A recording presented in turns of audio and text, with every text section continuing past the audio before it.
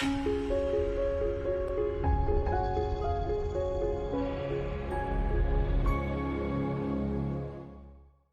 basic building block of PyTorch is tensors.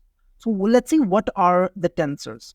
So is a simple data structure just like list or NumPy.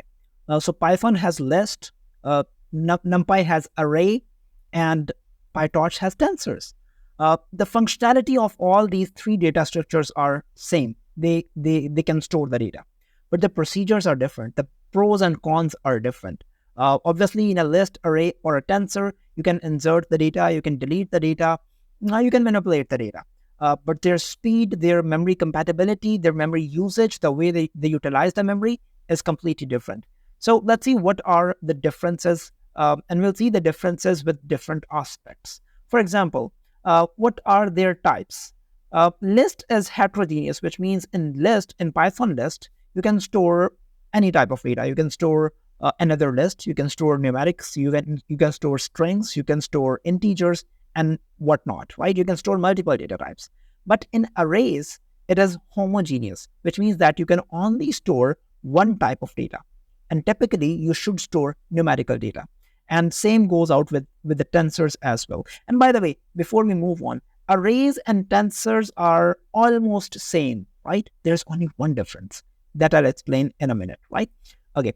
And then if we talk about dimensionality, so lists are typically one-dimensional. And array, you can increase the dimensionality by adding more lists together, by stacking up more lists together, but mainly they are one-dimensional. On the other hand, arrays and tensors, they are multi-dimensional. Their dimensions can be from 1 up to n number of dimensions, where n can be any larger number as well. Mutability. All three are mutable, which means that they are changeable. Once they are created, once the data is stored, they are changeable. Their content can be changed. Indexing. All three indexing starts from 0. We all know that indexing in almost every programming language, apart from MATLAB, indexing usually starts from 0, right? So in list, array, tensors, indexing starts from 0. Now here comes the game. Performance. Performance means speed. So if we talk about speed, lists are generally very slow.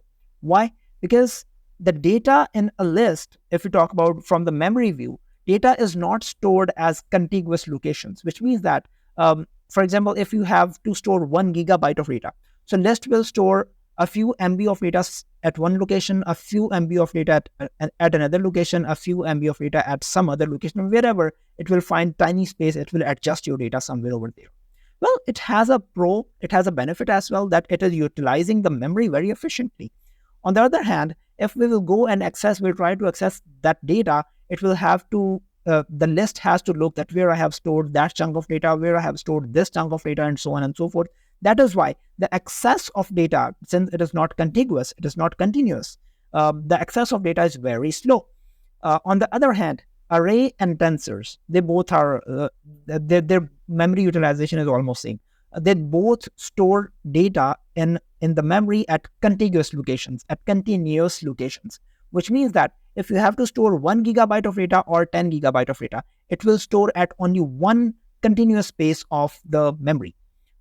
Pro is data accessibility is very fast, since data is available on one location. The whole data is available on one location of memory. But it has a bad aspect as well. If you have limited memory and you want to store 5 gigabyte of data by using array or tensor, but you do not have 5 gigabyte contiguous space in your memory, then it will give you memory out of space error, right? So if you're looking for better memory utilization, maybe list is a good option. But nowadays, hardware is not an issue. So speed is an issue. So if you're looking for speed, then array and tensors are there. Now, arrays and tensors are going side by side. So what is the edge that tensors have on array is GPUs. NumPy arrays cannot utilize GPU. But PyTorch tensors are programmed to work on GPU, and nowadays TPU, tensor processing units, are also into play.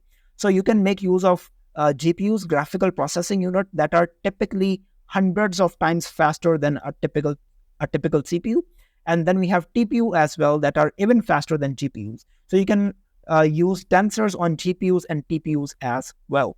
If we talk about libraries, lists can utilize the libraries of Python, array can utilize the libraries of NumPy. Same goes out with tensor. Tensors can utilize the libraries like PyTorch or TensorFlow, whatever framework we are using.